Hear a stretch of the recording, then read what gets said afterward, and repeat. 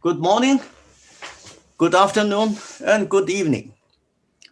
Let me announce the opening of a new round of the Doha Forum, entitled Fill the Vacuum, the Future of Chinese Foreign Policy and Global Ambitions. This webinar is sponsored by the Doha Forum and assisted by the Institute of International and Strategic Studies at Peking University. We are going to address China's position in the shifting world order. How does China see its position in global affairs today? How will the Biden administration change Chinese-U.S. dynamics? What are the obstacles hindering Chinese aspirations in Asia Pacific? And what role does it seek to play in the Middle East? What do countries in the Middle East expect from China? To answer these questions, we have invited 6 distinguished speakers with different backgrounds from China and the US. Please allow me to introduce them very briefly. Dr. John Alterman is Senior Vice President of the Center for Strategic and International Studies, or CSIS, based in Washington, D.C., and Director of the Middle East Program at CSIS. Dr. Alterman is a renowned expert on U.S. Middle East relations and more broadly on geostrategic studies. Professor Daojiong is teaching at Peking University School of International Studies. Professor Zhai is well respected with expertise covering international political economy, non-traditional security, and China's foreign relations. He is advising various government agencies and corporations. Dr. Hani Fandekli is Vice Chairman of Clinton Group in New York City. He has held senior financial positions in a number of distinguished global companies and is active in advising think tanks and the universities around the world, including Peking University. Dr. Fandekli knows a lot about politics and economics in the Middle East, America, and China. Dr. Emily Tran is Program Director for European Studies at Hong Kong Baptist University. She was born in Cambodia from Chinese origin and was educated in France. Dr. Tran's teaching and research interests cover a wide range of fields, including Chinese politics and China-European relations. Dr. Cui Hongjian is a senior research fellow in the Institute of International Studies, which is a top think tank affiliated with China's foreign ministry. Dr. Cui's main research fields include European politics, economy, and security, China-EU relations, and China's foreign policy at large. He has written widely in these fields, attracting a lot of attention from China and abroad. Professor Wu Bingbing teaches the Arabic language and other subjects at Peking University School of Foreign Languages. He is also a residential researcher at the Institute of International and Strategic Studies at Peking University. Dr. Wu is a top expert on Middle East affairs, knowledgeable about China's relations with Iran and the Arab world. My name is Wang Jisi, and I'm a professor at Peking University's School of International Studies and the president of its Institute of International and Strategic Studies.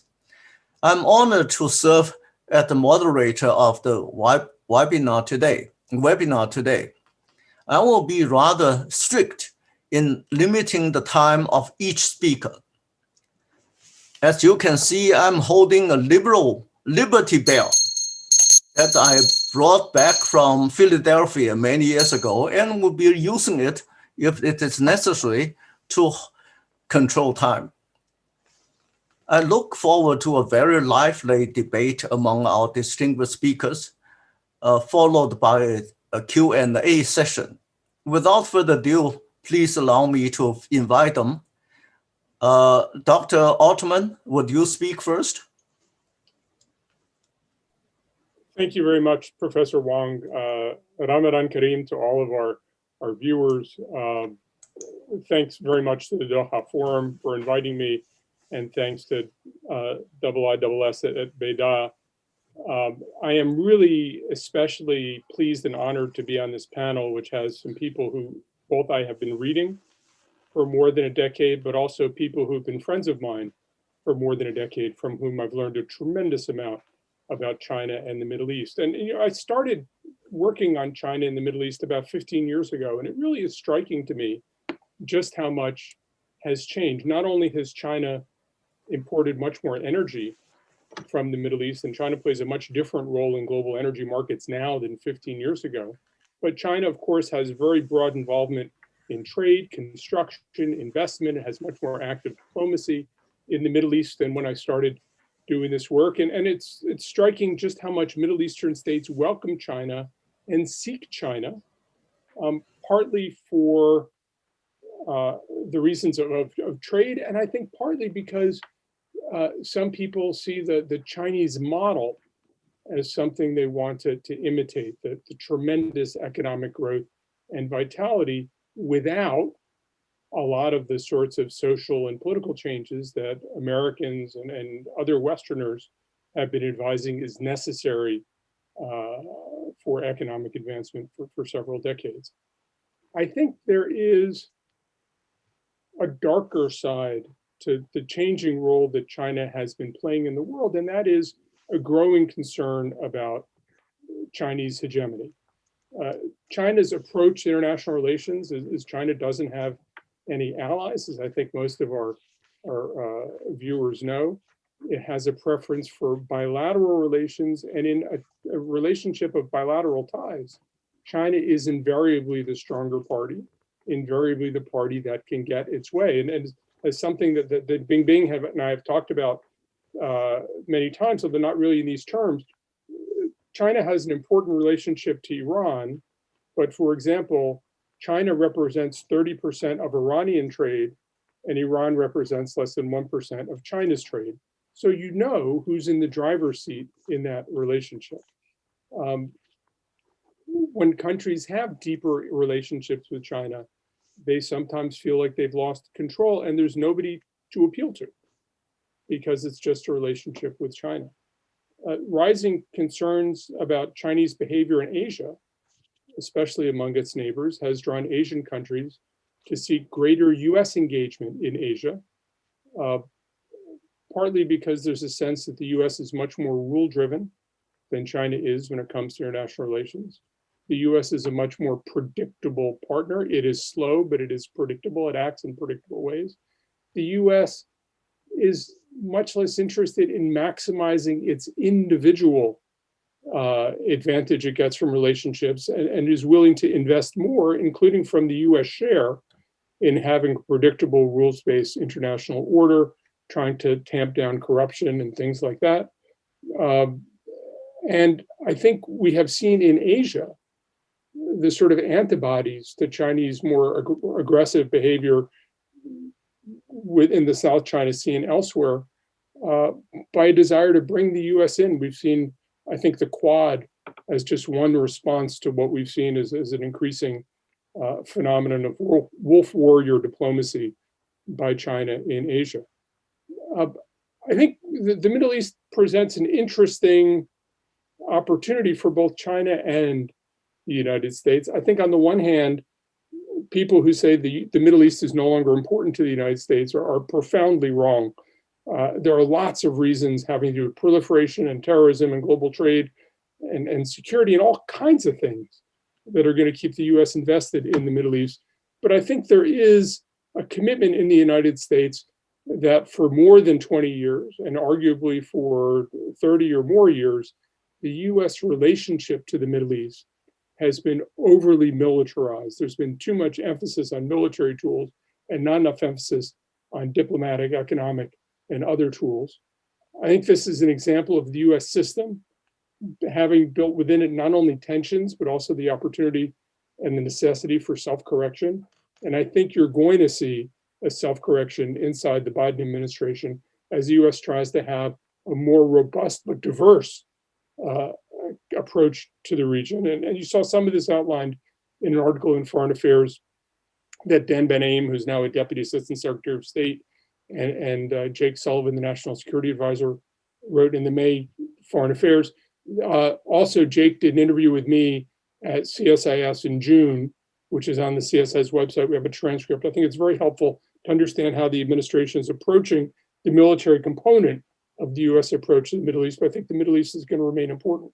Let me just close this brief intervention with a question really about where are we all going to be in 30 years.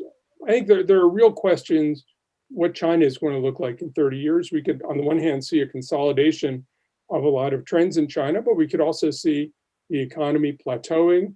We could see Chinese demography reaching up and hurting Chinese growth. I think there are questions what China looks like and what the Chinese growth story looks like in 30 years. I think there are a lot of questions about what the global energy transition looks like, how much the world is going to depend on the Middle East, and as hydrocarbons become less central to the global energy mix, what happens to current producers. I think this may reorient both the structure of power in the Middle East, but also how different countries with different energy needs relate to the Middle East. And I think also, I'm not sure that the world's approaches to peace and security are going to be the same in 30 years that they are now. We've just had several decades where the US was overly committed to counterterrorism and asymmetrical warfare. You saw this rush toward great power competition. It's now turned into Russia is not really an issue, but we are very concerned about a whole range of Chinese activities. There is a growing Chinese military capability. What warfare looks like in the future, what conflict looks like. Do you even know when wars start and end anymore? I think in 30 years' time, we're going to be in a different environment, and that's going to affect the way countries relate militarily to the Middle East and use military tools and other tools to advance their interests in the Middle East. So it seems to me that there are a lot of question marks. I think China has the advantage that the United States had right after World War I, that it is new, it doesn't seem burdened. This is what created the US-Saudi relationship in the 1930s, is the US wasn't the British. How this plays out, I think over time, the Chinese role in the Middle East is going to get more complicated. The US role in the Middle East is going to change. And it seems to me there's a lot for all of us to be working on in the years to come. Thank you very much. Thank you very much, John. And I think John is really strategic. He asked strategic questions as well. And I think the perfect person who will answer the question is Professor Zha Daojiong. Professor Zha, it's your turn.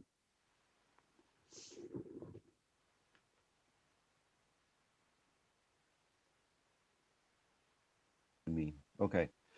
Good evening from Beijing, and I'm happy to join the discussion. I was trying to think of a title for what I'm going to say. I think having heard what John said, it's probably better to say that Chinese interest in the Middle East is a lot more diverse than big power rivalry, or certainly more diverse than rivalry with the United States. You have that tendency of equating talk of a rule-based order with literally American supremacy every corner of the world.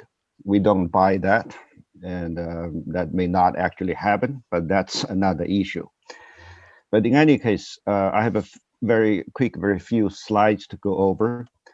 Thus far, the Chinese foreign policy in the Middle East seem to have had a relatively good reception, although it's not even by country. This is taken from a survey called Arab Barometer. But the basis of Chinese policy toward a relationship with the Middle East, I would argue, continues to be economic. It is true that since the 2009 or so, China has been trading more with the Middle East than the United States does. But what you see is the decline for the overall trade volume with the United States in comparison with that to China is the United States started to get more self-sufficient in oil and gas production. As you probably recall, by 2016, after with the shale revolution success in the United States, you had the United States producing more than Saudi Arabia or Russia, becoming the largest exporter of oil, producer of oil in the world. So the China has been importing more than that. So we need to put those things in context. And especially when you look at, yeah, energy is important, but the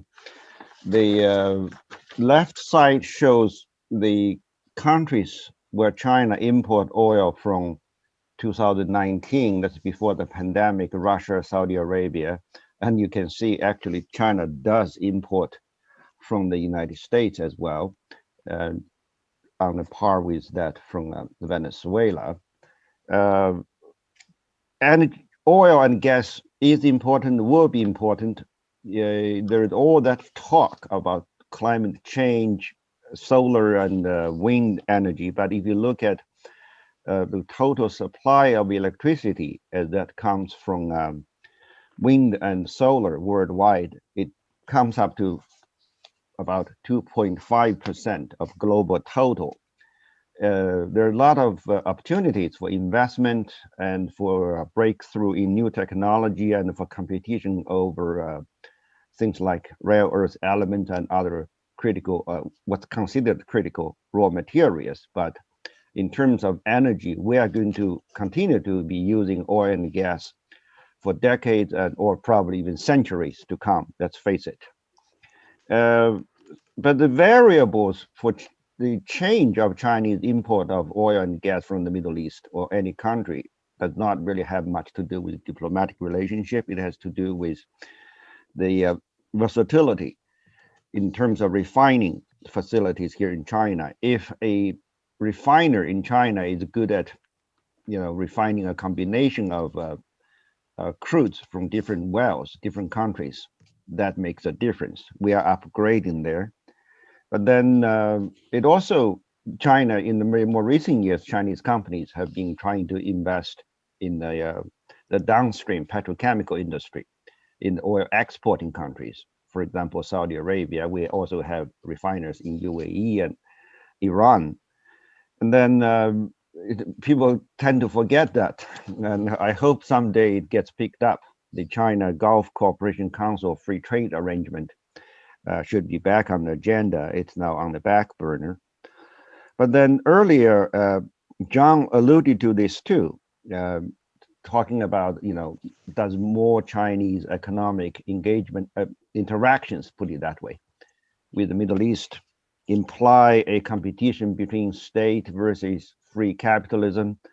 I don't think so. I would think that's more of an American concern, and but what we do need to go is to get the projects running that brings dividends to the shareholders, the local economies. Also, as you have seen, we have had many years of talk about the closure of the Strait of Hormuz or protection, or whether or not China and the United States have a military competition there. But in recent times, you had an accident in the Suez Canal, had nothing to do with the military. So it's also very important to bear in mind that any barrel of oil that flows from a Middle Eastern site into China is not a strictly bilateral event. You have behind this part of it's that movement is part of a global value chain. You have banking, insurance, ownership, equity. In other words, Americans, Europeans, whoever else in the global energy investment industry benefits. Now, in terms of investment, people talk about the Belt and Road as a one-way. That's totally wrong, very wrong.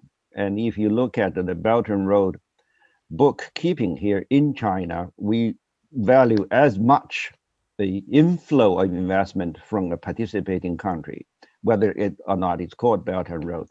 If there is a lesson to learn here in relation to the Middle East, is Australia and China. Australia restricts Chinese investment in, it discourages Australian investment into China. And then what happens is Australia and the Chinese relationship becomes very overtly geopolitical. And we need to avoid that in working with the Middle East. So investment has to be two ways.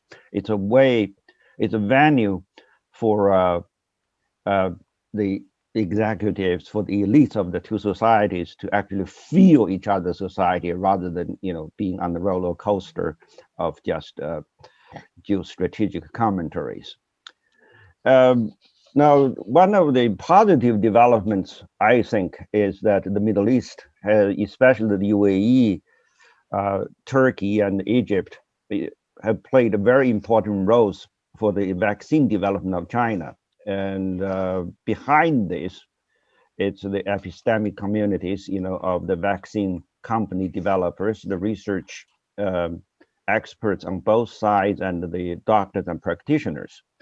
So we are talking more of the projects of Sinopharm and Sinovac, possibly more down the road, of joint production in the Middle East, and especially in Israel, the UAE, Turkey, Morocco, and Egypt. And those countries are going to, in turn, become the regional distribution centers of the products to neighboring countries, especially African countries. And this is the positive development. I would call it a stress test. Now, what's more important, again, is the structural elements of the epistemic community of experts, and also we handle the raw materials and the intellectual property rights issues just with the aim of speeding up production and distribution. So looking in the future, we will have to work on the imbalance in economic ties. It's not just China, Iran, it's probably with every country. That's going to be a reality to deal with. But then the key point is contribution to employment, and then China needs to, actually make itself indispensable in the trading partner in terms of serving Middle Eastern markets. But then I would think on political issues, China should be working with and through the regional organizations, very much like what we have just done with the situation in Myanmar. And in terms of the U.S. relationship, I think it's better off for China to treat its relationship with the Middle East as a parallel, rather than as in competition, a parallel to U.S. Middle East, rather than China Middle East in competition with the U.S. I heard the bell. Thank you very much. Hopefully, we'll have some questions later on.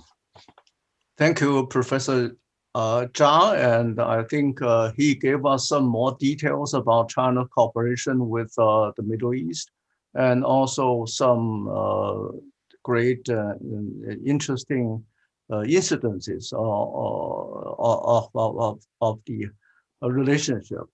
And I think Hani is also very knowledgeable about China in the Middle East. Now, Hani, it's your turn.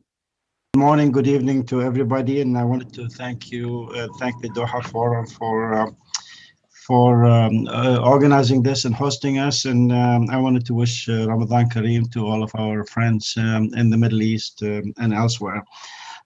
Given the brief time I have allotted to me, I wanted to let you know that I have prepared a paper on the subject that I've written recently. It's being edited, and for those who are interested, I will send it to the Doha Forum to distribute it or post it as appropriate. My presentation is going to be, since we had the discussion about China and the Middle East, and I'm sure we have far more experts on the subject than I am.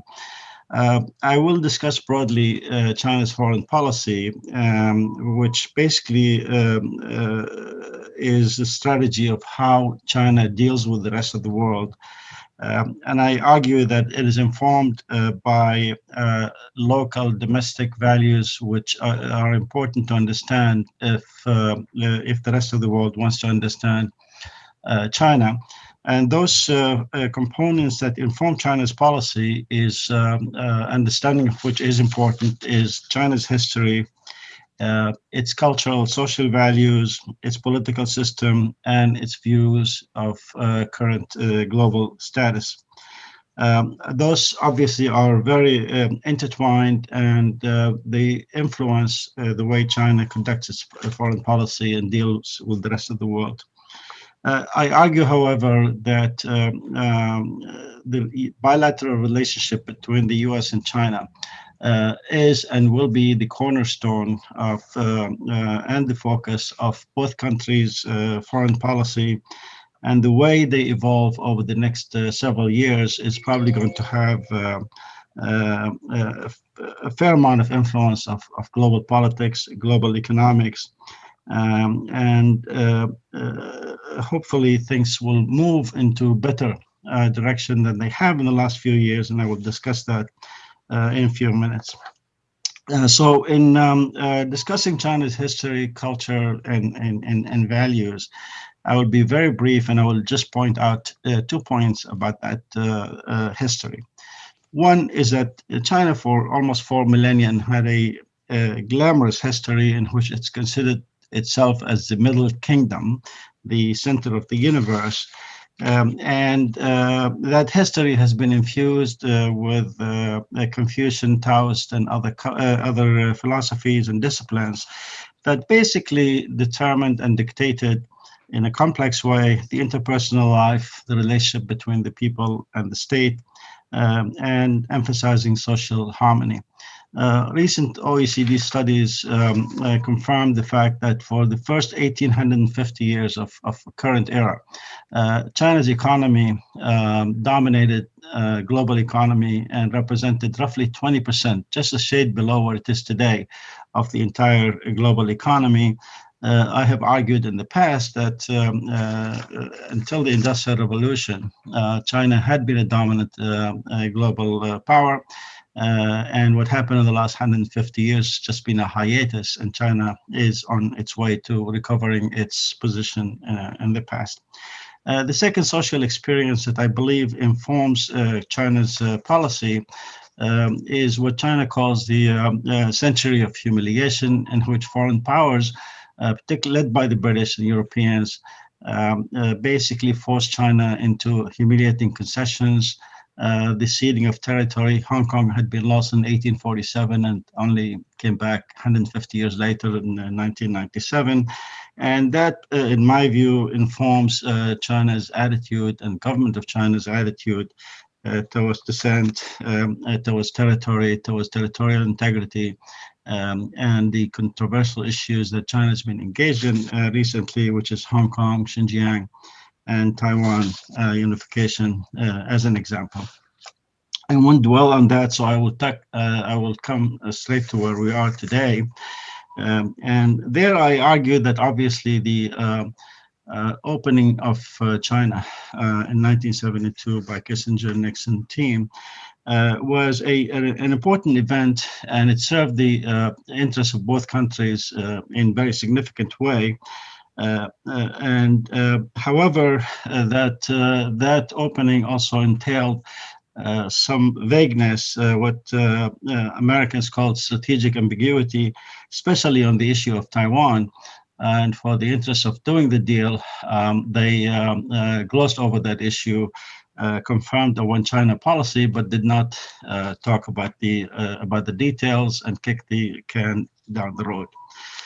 So what happened since then is really quite interesting. I'm going to give you a couple of numbers that illustrate what happened over the last 40 years in China. In 1980, China embarked on major economic reform.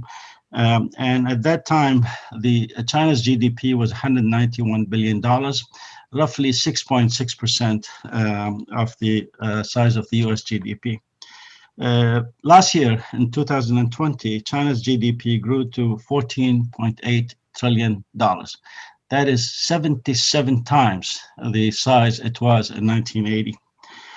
It now represents 70% compared to only 6% of US GDP.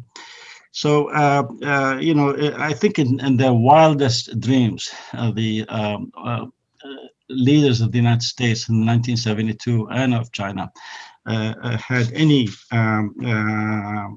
sense of where things have come. Third issue related to the present, to the controversy over technology. China had been accused in the past of intellectual property theft and violation of international agreements. Things have changed quite a bit, and last year, WIPO, which is the organization that deals with intellectual property internationally, saw that China jumped to #1 applicants in terms of intellectual property and trademark rights of its own domestic technology, and now it dominates several international technological fields: quantum computing, and artificial intelligence, 5G communication, biotechnology, electric cars, solar energy, and the like. Fourth point is, as a sign of the interconnection and the linkages between the US and the Chinese economy, is that in 2020, the Trump administration imposed very heavy sanctions and boycotts of Chinese products, Huawei and TikTok and what have you. Despite that, in 2020, China's surplus with the United States increased $100 billion over the year before. So it tells you about the dominance and the direction that the Chinese economy has gone. The fifth, and it's quite an issue for the US, is the vulnerability that the United States felt during the COVID crisis. And that vulnerability was in two areas. One is discovered that 80% of all the pharmaceutical products and components that the United States uses at home is imported from two countries, China and India. And that supply chain issue has become a national security issue. The other issue is also US heavy dependence on chips that it imports from Asia, and particularly from Taiwan. One Taiwanese company supplies 85% of all advanced computer chips that the world needs, and particularly the United States, because it impacts its own security. So I'll move to the economic dimension of what I have just spoken about, and that is that China had benefited from membership into international organizations such as the World Bank and the IMF, and then later the WTO. But China seems to feel that, and probably properly so, that it's been marginalized and isolated. The IMF and the World Bank membership, China has until recently had a voting power and shares into those organizations that are smaller than Italy and Saudi Arabia. Even today, after the adjustment that has taken place a few years ago, China still has just marginally ahead of Italy and below that of Japan, whose economy is only 35% of the size of China's economy. So the other example is on WTO, and WTO has been important for China in terms of opening and international trade standards. But at the same time, as China has submitted itself and supported the rulings of WTO, of which, by the way, it lost almost 2/3 of its cases that the US brought against it. And despite that, China continued to support it. However, the US has continued to undermine WTO, and in fact, it had rendered it disabled in ways that will make it impossible to operate. So the U.S. Unilaterally imposed tariffs outside of the international norms that China has agreed to abide by. That obviously propelled China to set up its own institutions, and part of the Belt and Road Initiative that Dr. Joy spoke about, it has set up its own financial institutions because it cannot influence what happened in the multilateral institution. It set up its own. So we have the BRICS Bank, you have the Asian Infrastructure Bank, both of which are capitalized by $100 billion. They attracted over 100 members, international members, countries. And they will probably move very soon to become bigger than what the IMF and the World Bank is capable of lending and supporting international funding for developing countries. Relation with the U.S. has been deteriorating day by day. We are probably at the lowest level we've been in 50 years. And this week's Economist, if you haven't seen it, illustrates the point. It has a picture of Taiwan on the front cover with the caption saying the most dangerous place on earth. So until now, China has been moving in very measured and very calibrated way. It has carefully avoided filling gaps, the subject of our discussion. It has avoided conflict. It has only responded in kind and is avoiding any involvement in security issues, aside from the agreement with Iran, which I'm sure Bingbing will speak about. It has avoided regional conflicts and getting involved in security issues.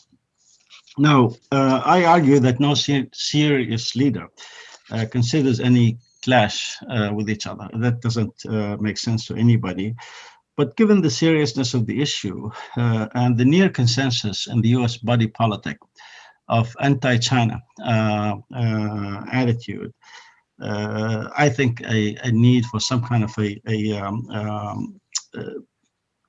durable equilibrium is going to be needed. I argued in my discussion is that it ought to be based on what they call the Nash equilibrium in game theory. Both sides should have a bit more transparency and understanding of each other so that there will be no clashes and conflicts, and there are rules that go by the establishing international relations. I will close by quoting Norman Angell, a British politician and future Nobel Prize winner, who on the eve of World War I in 1910 published a famous book called The Great Illusion, arguing that war doesn't make any sense, and the interrelationship and the linkages that exist between countries' economies is very highly unlikely to produce war and conflict because it doesn't make sense, it's costly, and nobody wins. And he ended up being right on the issue of the cost and senselessness of the war, but wrong about its eventual happening. So I hope that this time is different, and I thank you very much for listening. Thank you, Hani, for these very interesting and comprehensive remarks. And you ended with some warning that the United States and China should avoid war in the economic competition as well as cooperation between the two nations. Now the next speaker is Emily Tran from Hong Kong. It's your turn now. Thank you very much, Professor Wang. Good evening to everyone from Hong Kong and to the 200 plus attendees joining us from all over the world. A special hi to my colleague and friend, Professor Jean-Pierre Cabestin, to my co-author and friend, Professor Yahya Zubia. So it's my honor and pleasure to be part of this webinar organized by the Doha Forum and the Peking University, along with scholars whose work I have studied and cited. I have been tasked tonight to introduce the perceptions of Europe and Europeans towards China. And in doing so, I'd like to adopt a three-level approach, namely the political level, the civil society level, and lastly, the popular level. Starting with the political level, There are 3 points that I'd like to emphasize here. So first of all, language. Secondly, the COVID-19 pandemic and how it has basically changed profoundly the China-EU relations. Thirdly, the comprehensive agreement on investments tied to the Uyghur question. Fourthly, the situation in Hong Kong and how it has also changed the situation, the relationship between the EU and China. And lastly, but not least, the Indo-Pacific strategy. So first of all, let us start with language, because language is very much illustrative of the EU's perception of China. Since the year 2000, basically, both the EU and China have created a set of terms about each other. For the PRC, these terms have been around framing the relationship as a full partnership in 2001, and this has been upgraded to a comprehensive strategic partnership in 2004. So it has also been referred to as civilization partners by President Xi Jinping when he undertook the first ever visit to the capital of the EU, that is in Brussels, in 2014. So the most recent Chinese government white paper on the relationship in 2018 mentioned a win-win China-EU comprehensive strategic partnership. On the EU side, too, there has been a similar development of different levels of language about China. In 2003, we see that the relationship was a maturing partnership. By 2006, China and the EU had become partners in a changing relationship. And since the early 2010s, Europe has been a key participant in China's global economic strategy. So both parties, we can conclude, seem to see value in framing their mutual relationship as strategic. For China, the language implies a more positive agenda. Both sides should go and work things out, work harder so that they can achieve aims that suit everyone.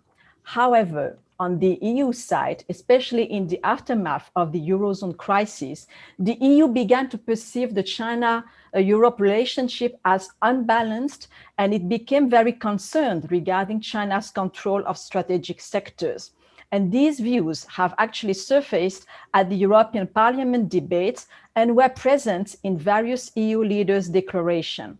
So the perception of China is one that is unfair economic players, that is reflected in various EU documents, such as the 2016 Council conclusions of the EU strategy on China, or the more recent 2019 strategic outlook, in which China had become, quote, a strategic competitor for the EU while failing to reciprocate market access and maintain a level playing field, unquote. So you can sense that by the mid-2010, the EU discourse has evolved into a relationship of reciprocal benefit, which was based on a positive agenda of partnership coupled with constructive management of differences. So the EU is trying hard to maintain a positive discourse amid rising tensions. So the EU stance carries the implication that at the moment and leading to the very present moment I'm speaking to you today, reciprocity has not been present, and this was the fault, according to the EU, of the other party, that is the fault of China. And we can sense the fatigue over the lack of progress in this field that has become increasingly evident, as reflected in various leaders' comments. Secondly, 2020 and the COVID-19 pandemic. So when the pandemic struck Europe, the unprecedented lockdown and overall lack of coordinated responses from the EU and European governments has seriously undermined Europe's cohesion while weakening also the EU standing. So the pandemic itself and Europe's awkward, cluttered response have together, in effect, provided China with a great opportunity to step up its involvement in Europe in new ways, and most notably through its epidemic diplomacy, or what Beijing calls its Health Silk Road. So in parallel to deploying its Health Silk Road, we can see that Chinese diplomat last year has started to engage in public diplomatic efforts on social media platforms such as Twitter and WeChat. And during the pandemic, we have witnessed in Europe a new kind of very assertive digital diplomacy directed as much towards the global public in the world and Europe in particular, as much towards its domestic population. So China's communication campaign during the COVID-19 pandemic has triggered an intensely critical debate on China within the EU institutions, questioning the intentions behind the mask diplomacy and pointing to systematic disinformation on Beijing's part. So China's posture has indeed awakened the EU to the global battle of narratives, a term that was coined by Joseph Borrell, the High Representative of the European Union. A year on, so 1 year later, this battle of narrative continues more tense than ever. Just last month in April, the European External Action Service issued a short assessment of narratives and disinformation around the COVID-19 pandemic. Basically, this report blames Russia and China for intensifying state-sponsored disinformation targeting, in particular, Western developed vaccines. So from the mask diplomacy, we have moved to the vaccine narrative and diplomacy. Thirdly, we are still in 2020, but December, and this is the comprehensive agreement on investment that was announced on December 30th last year. So that happened after 7 long years of negotiations. The EU and China were able to conclude this very important deal. And that's the most ambitious agreement that China has ever concluded with a third country. So when the two sides announced this deal, they did say that the agreement would create a better balance in the EU-China trade relationship, with the EU emphasizing that it would provide unprecedented access to the Chinese market for European investors. So this means through these deals that China has committed to a greater level of market access for EU investors, including ensuring fair treatment for EU companies so that they can compete on a more level playing field in China, as well as China's obligation to the treatment of state-owned enterprises, more transparency about subsidies, and rules against forced transfers of technology. So China significantly has agreed to ambitious provisions on sustainable development, including on forced labor and the ratification of relevant international labor organizations conventions.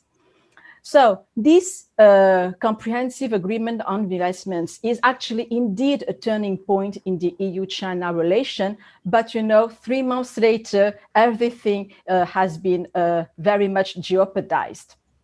We have seen, as we know, recent sanctions and counter-sanctions between the EU and China, and that puts in question the future of this agreement. So we have, of course, as we know, Chinese officials who were sanctioned by the EU because of their abuse on human rights in Xinjiang. And this was the first time ever since spring 1918 that the EU has enacted such sanctions. So it's a very strong stance from the EU side.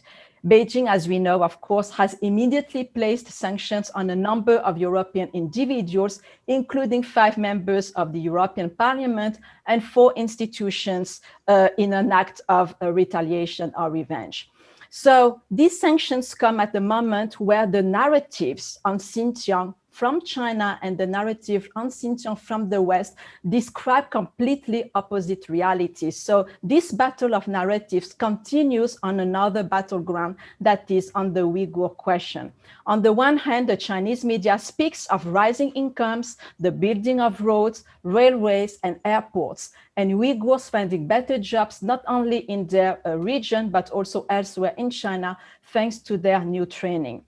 On the other hand, in the West, media describe training camps where tens of thousands of minorities are forced to live and work, forced to learn Mandarin, party history and theory, and to basically divorce themselves from their religion and their culture. So the European media carry interviews as well with Uyghurs in exile who said they cannot contact their family members at home and describe abuses against them. So you see, it took many, many years to negotiate this European Union-China Comprehensive Agreement on Investment, but now it appears that it may not be approved by the European Parliament at all in the coming months and years. Fourth, Hong Kong. So this is another point of tension between the EU and China. And actually, the EU had planned to issue a statement on Hong Kong at the EU's Foreign Affairs Council, that is basically the monthly meeting of its 27 foreign ministers. The draft text was withdrawn from the agenda, however, showing that there was no agreement, although EU officials say that it remained high on the agenda. Basically, what happened is that Hungary has opposed the measures and the text, and these measures include the suspension of extradition treaties between 10 EU member states and China, as well as the plan to welcome qualified Hong Kong workers and students inside the EU. So even less controversial items regarding Hong Kong, which were believed to have been finalized and which were believed to be included in statements promoting freedom of expression and more engagement with the civil society, have now been removed from the agenda. So you see how Hong Kong, being a point of contention, has seen the EU withdraw from this area. However, last but not least, the EU at this very same meeting last month has promoted another document, basically that is the EU strategy for cooperation in the Indo-Pacific. And this European Union has adopted this long-awaited strategy for the Indo-Pacific, and it represents basically a balanced effort of the 27 members to formulate one common position in the evolving debate in this large and dynamic region in the world. It was first led by several countries such as France, Germany, and the Netherlands, who wanted to deepen their ties with countries such as India, Japan, and Australia. So the EU considered that this should reinforce the strategic focus, the presence and actions of the EU in the Indo-Pacific, based, and that is very important, based on the promotion of democracy, rule of law, human rights, and international law. So although EU foreign ministers and diplomats keep saying that this is not at all an anti-China document, we can sense that the language put forward, the narrative there in this 10-page document, is actually very much targeted to like-minded partners to uphold basic rights in the Indo-Pacific region.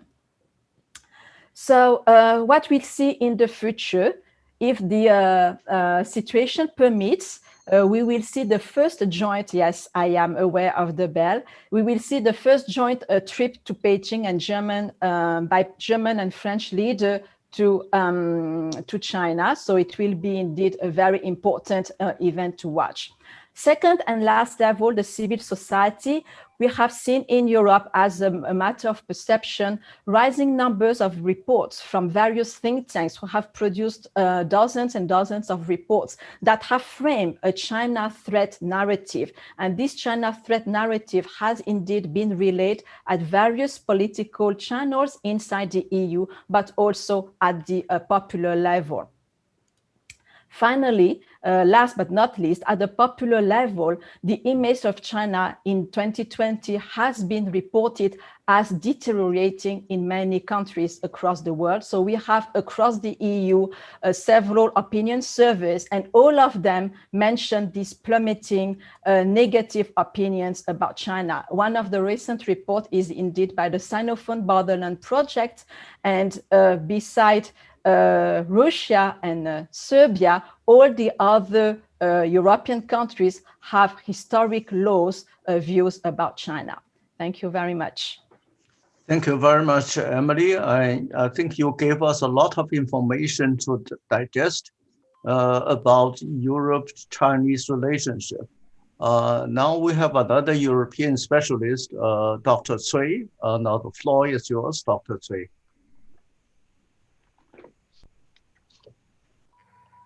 So first of all, thanks to the Doha Forum and also Professor Wang for this opportunity. And I would like to start my presentation by answering questions from our audience, there is not only USA, China, and the EU in the world. We still have a lot of more than 100 nation states in the world. But I think that why we are focusing on this China, US, and Europe, because those three are major, they should take, I think, most of the responsibilities now in the world for the world order or disorder,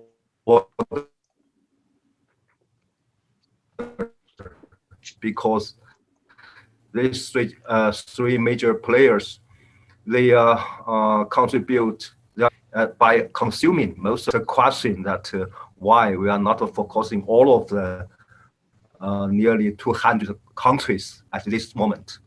And yes, I think now it's very important we are talking about the issue of the China, Europe, and the US, this kind of triangle relations. By the previous speaker from Hong Kong, touched the change of the relations between China and Europe, and also a very, very complicated situation now for China, Europe, and the United States. But I would like to, added some issues, including, firstly, I think that regarding to this so-called narrative dispute between China and Europe, I think mostly it's a kind of psychological issue, mainly from a European side. Also, we know this change is not starting from now. Even also, we know there's a kind of disappointment from European side towards China, especially about the Chinese political change some years ago. I think it would be a very, very important starting point for this change of this mutual understanding and a mutual perception.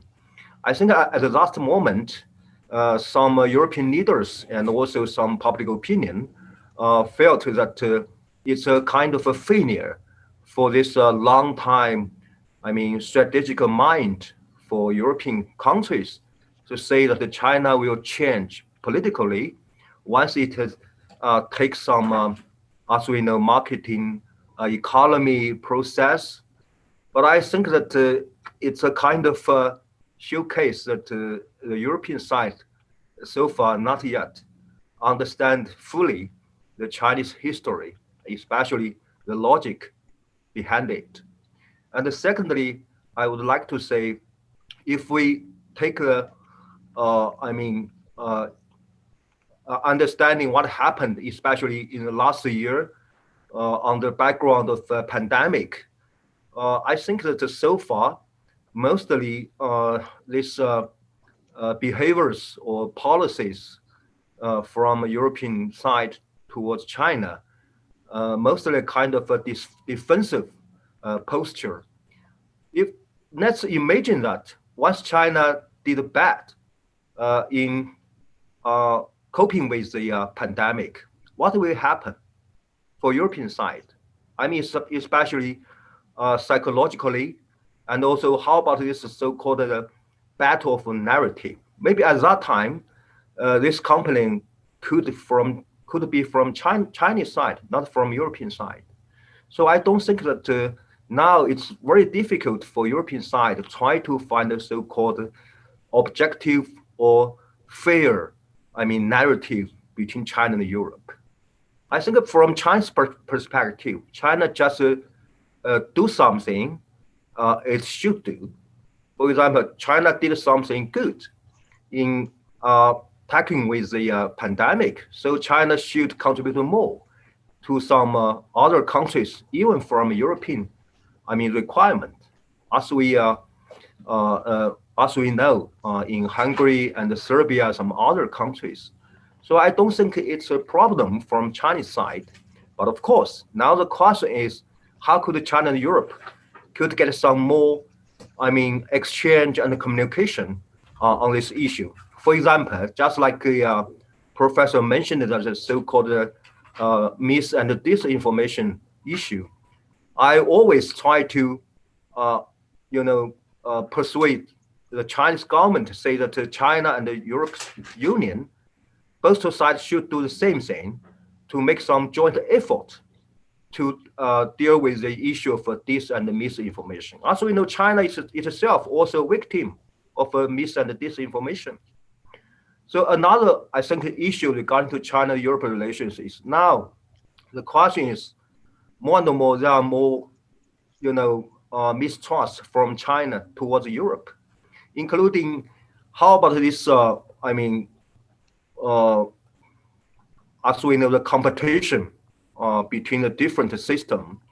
As we know, since 2019, because of its multifaceted description from European Union towards China, the partner and competitor and the rival. It's it's a very out of the logic or experience of China, because according to Chinese understanding, between China and Europe, maybe there are just two different scenarios. One of them is always partnership, and the partnership would be mainstream. At the same time, yes, both sides could try to manage the competition and also divergences, no problem. But it's difficult to convince Chinese side that we can have the, so multi-faced at the same time. On the one hand, we should be more cooperative, but on the other side, we are rivalry.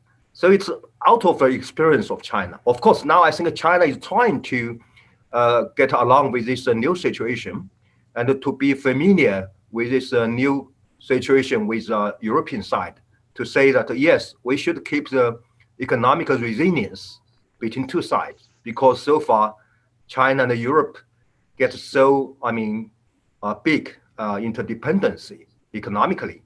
But at the same time, in political and even now maybe a strategic area, China has to be familiar with the new situation with the European side, say that maybe there are some more competition or even some more conflicts.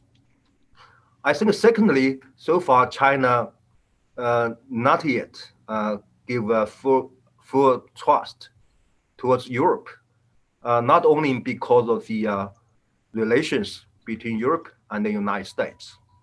Also, mostly China now still regard Europe as independent power or independent role in this international arena.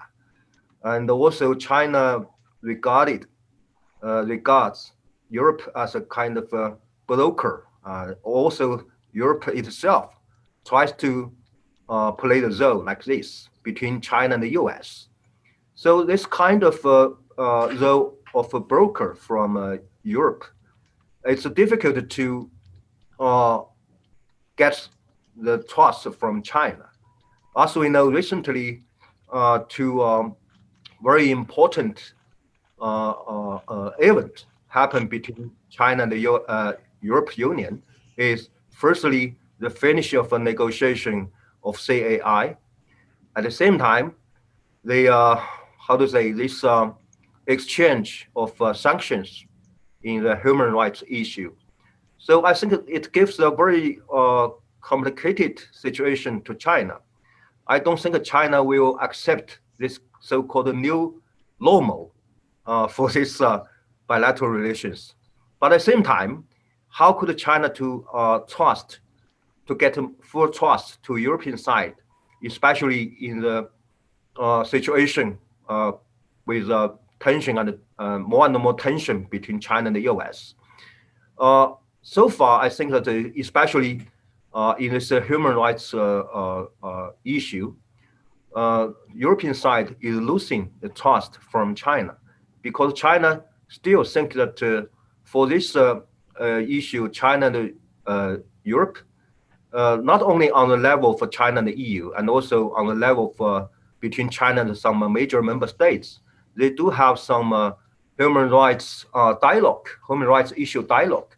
And also for this Xinjiang issue, I think it shows a very, very big different understanding or perceptions between China and Europe.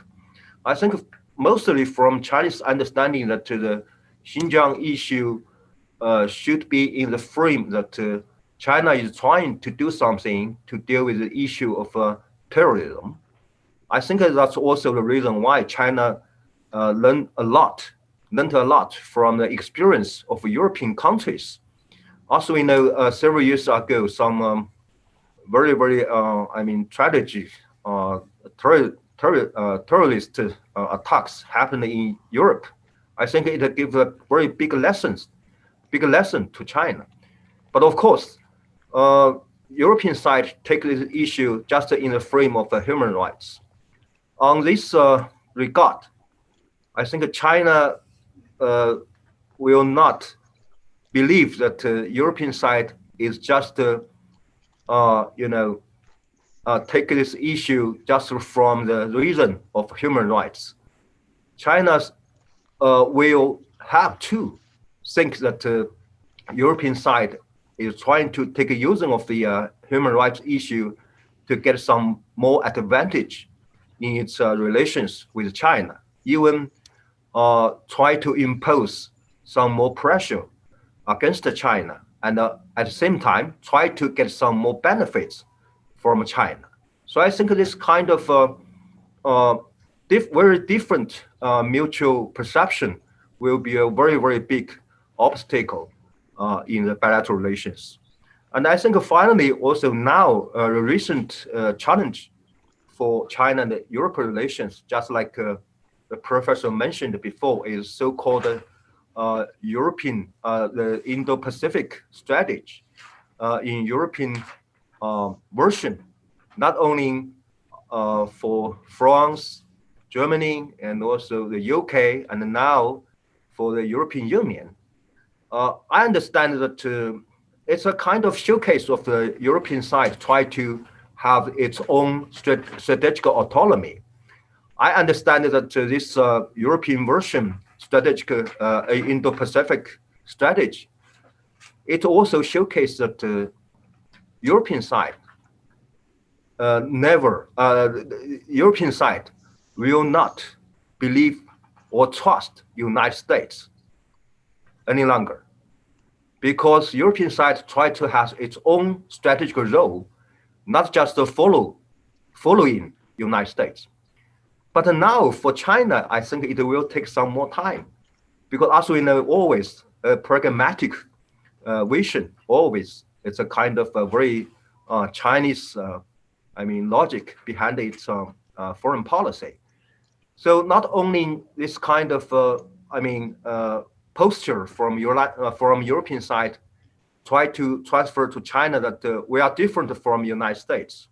We just try to take care of the economic benefits from this region, and also we try to take care of the security arrangement in this region. But once there are some more, joint military accesses between European countries and the United States and the regional countries in the face of China, I don't know China will keep its, trust towards Europe, that Europe is different from the United States. So I think now the question is, I don't think China will try to have a closed region. No matter you name it Asia Pacific or Indo Pacific, but how to take care of the regional countries' interests, not only India, Australia, and also China.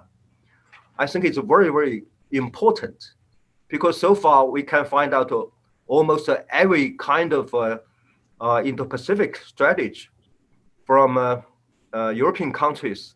They try to convince the regional country that China is not the single center for this region. But if we take account of economic trade investment, So far, in practice, China is still the single center in the region.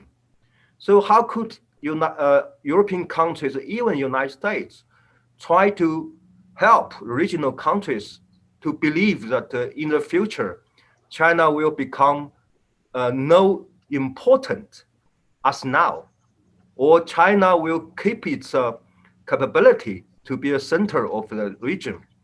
So I think there will be another gaming between major players. So finally, I think that now China and Europe is trying to find out some more endogenous power to support their relations. I mean, to keep the economic resilience for more cooperation. At the same time, of course, I think both sides try to get familiar with each other, especially to try to create a new model of mutual, the coexistence and or maybe more cooperation in some possible area. I should stop here. Thank you. Thank you, Dr. Sui, for this very comprehensive and helpful explanation of China's position, especially China's relations with Europe. Our last prepared speaker is Professor Wu Bingbing. And Professor Wu, the floor is yours. Thank you very much, Professor Wang, and thanks to Doha Forum. And good to see all the old friends, Robert and Karim, to our friends here. I think COVID-19 has brought a lot of changes in the region, Middle East, but the key political issues are still there. And now we have seen some new changes in the region. First, the U.S. policy, because the new U.S. administration began to adopt a different approach to deal with the issues in the region from the former administration. I fully agree with Joe that U.S. is more willing to use diplomacy instead of, the military measures. And also some signals of regional reconciliation could be observed. For example, this GCC summit in Al-Ola in Saudi Arabia, some deals in Libya, and also some news about the Saudi-Iran talks in Iraq. So, China also is trying to have a deeper and a higher level of cooperation with the countries in the region. Although there's COVID-19, I think in last February, Mr. Yang Jiechi, Chinese, a member of the Politburo of Communist Party, has made a visit to both Qatar and Kuwait. And in last March, Chinese State Councilor and Foreign Minister, Mr. Wang Yi, has made a visit to 6 GCC countries, plus Turkey and Iran. And also, during the visit, China has signed a 25-year plan of cooperation with Iran. And also, China and Arab countries agreed to have a China-Arab summit in the future. So I think, all these issues are very important, and also to show China, has paid more attention to the Middle East, especially the Gulf region. So several issues I want to mention. First, China-GCC relations. During the visit of Mr. Wang Yi to the region, China, initiate a kind of mechanism of dialogue in the Gulf. Actually, this idea has been put forward last year during the meeting between Mr. Wang Yi and Iranian Foreign Minister Mohammad Javad Zarif. And China, support or even try to facilitate a kind of a regional dialogue or regional cooperation mechanism, since we know that in the region, there's a lack of such kind of mechanism. But, which country should be included and what concrete form should be taken, I think it's still under discussion. And also, Mr. Wang Yi, during his visit, talked with his counterparts in GCC countries, especially Saudi Arabia, about China Gulf or China GCC Free Trade Zone, FTA. I think we have had this 5 rounds of negotiation between 2004 and 2005, and then another 4 rounds of negotiation in 2016. And now we're trying to, have a new round of negotiations with the GCC countries. I think, the China GCC FTA idea has come out very early. It was the second mechanism of FTA China, initiated after China ASEAN FTA. But, it had taken so long time that there's no concrete result. So China really think, highly want to put a lot of efforts in this regard to achieve something with the GCC countries, although it seems, not very easy. And there's another voice among Chinese scholars that if China GCC FTA is difficult, why China shouldn't do something like a bilateral FTA with the GCC countries respectively. I think, China still, try to have this collective China GCC FTA. The second issue is China and Iran. I've mentioned this 25-year plan, but, still help to implement this 25-year plan, we should have more efforts in that. Maybe there should be some, inter-ministry mechanism in both China and Iran should be established, and some kind of joint committee should be also established, similar as the one between China and Saudi Arabia, and also between China and some other GCC countries. And also China support the efforts of GCPOA. We have seen all these efforts in Vienna, and I think Chinese idea is very clear. First, U.S. should lift all the sanctions and to give the enough economic benefits to Iranian side, and Iran should reverse all the steps of the Iranian nuclear projects, and also the U.S. could come back to the GCPOA, and two parties, Iran and U.S. should do this step by step. I think it's very clear that there should be more cooperation because GCPOA is international efforts for de-escalation of tensions in the region. But I think still there are uncertainties in regard to this.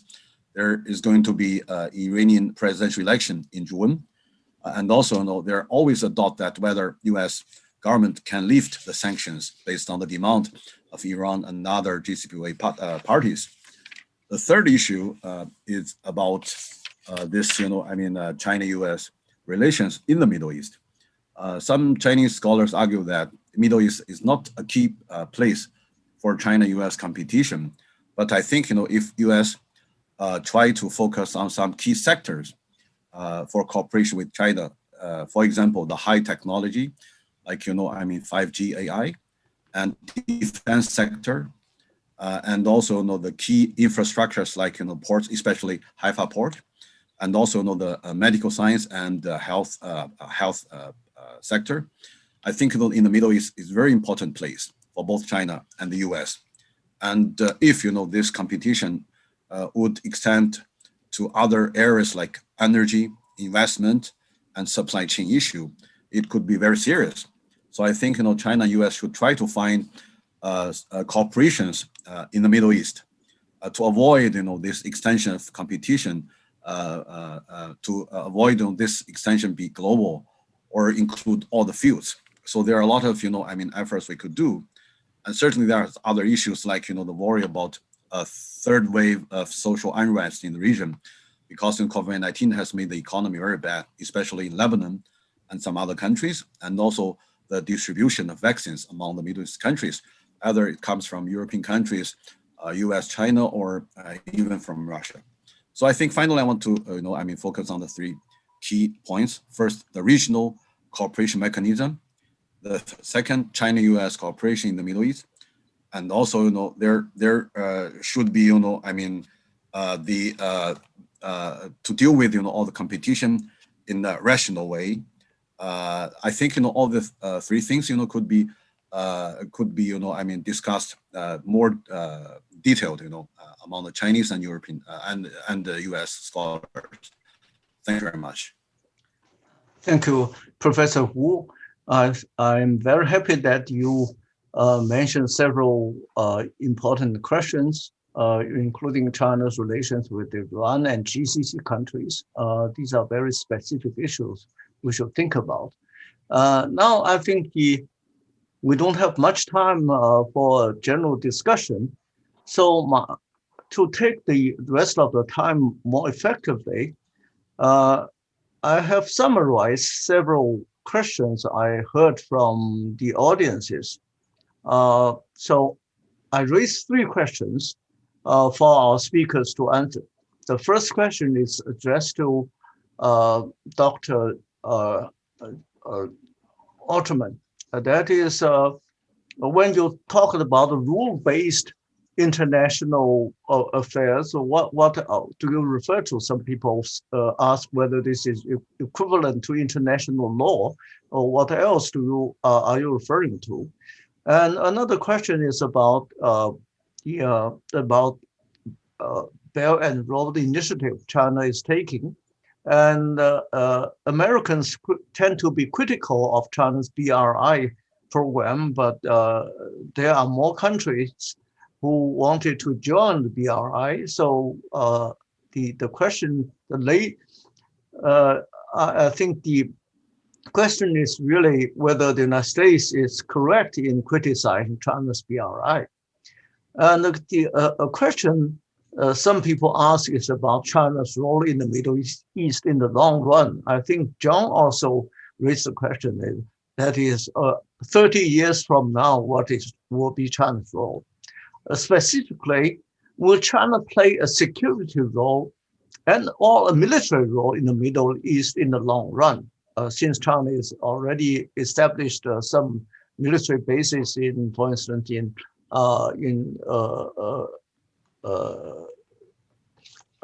Djibouti. Djibouti.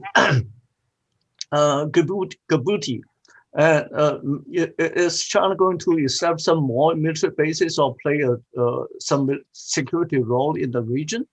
I think that is a question Wu Bingbing or Professor Jia could answer. My question actually is addressed to Professor to Dr. Cui. That is, Emily didn't seem too very optimistic about the bilateral investment treaty between China and the EU. But I didn't hear you very clearly whether you have such an assessment. So it's a very simple question. Do you think it is still alive and still hopeful, or do you think it is basically not very hopeful? Now, John, will you say something? Sure. I know we have almost no time, so let me very telegraphically say, look, the Schiller Institute has, which Professor Ascari is from, who asked the question about rule of law, I think has an ideological view that's known about rule of law international organizations. I think we all know that either you work through international framework, as Professor Wu described, as a way to approach a joint problem of Iranian proliferation, or you don't.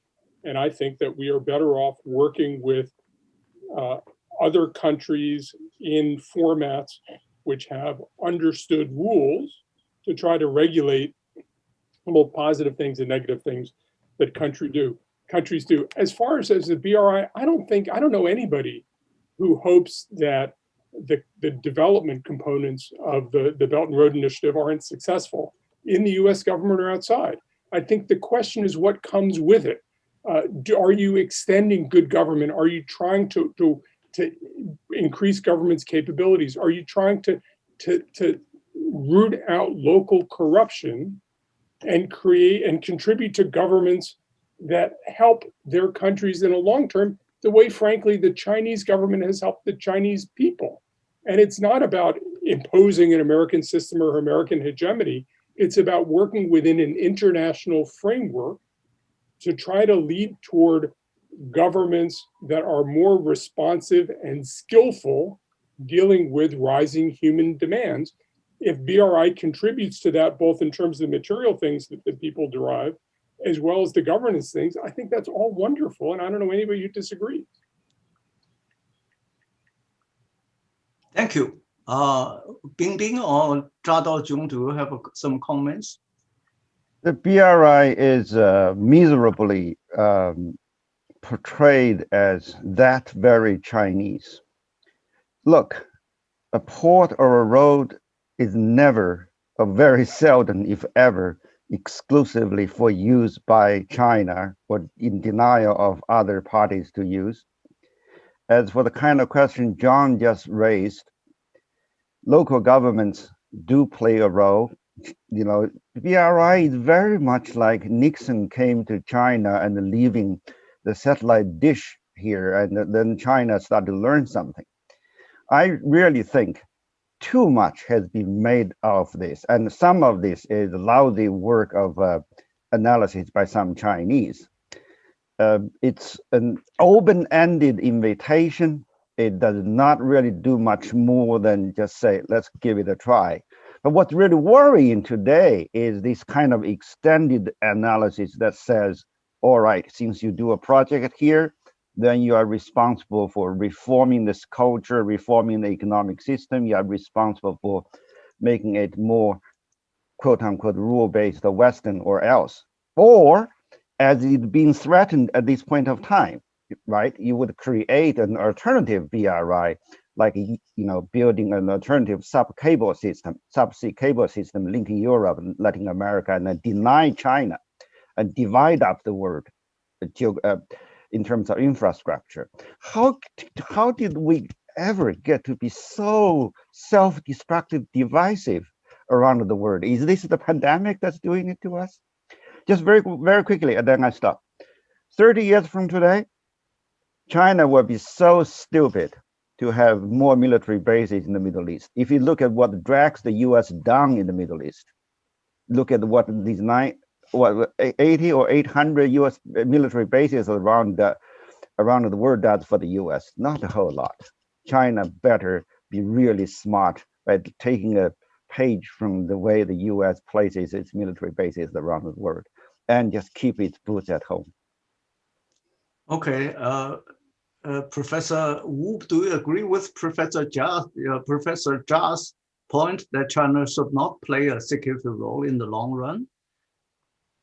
I think it depends on the regional countries, because the local countries, they have their own demand. So sometimes maybe, they will need some help from countries, as they have had this demand from Russia. So I think it's totally based on this, the situation in the region and also the demand of the local countries. But I think China has a very clear policy that we don't seek any alliance. We only have partnership with the countries. And also we don't want to fill any vacuum because there's no vacuum. Okay. Dr. Cui, I have a question for you. It's very simple. Did you hear me? Yeah, okay. Yes. Thank you, Professor Wang. I try to also give you a very briefly answer to your not simple question. I think now the major problem for CAI, I think firstly, it's still alive, but now it's facing much more barriers than before. As we know, because of the sanction issue between China and the European Union, now especially the European Parliament now take it as a precondition to finish a ratification of this deal by asking China lift the counter-sanction measures against some, especially member of European Parliament.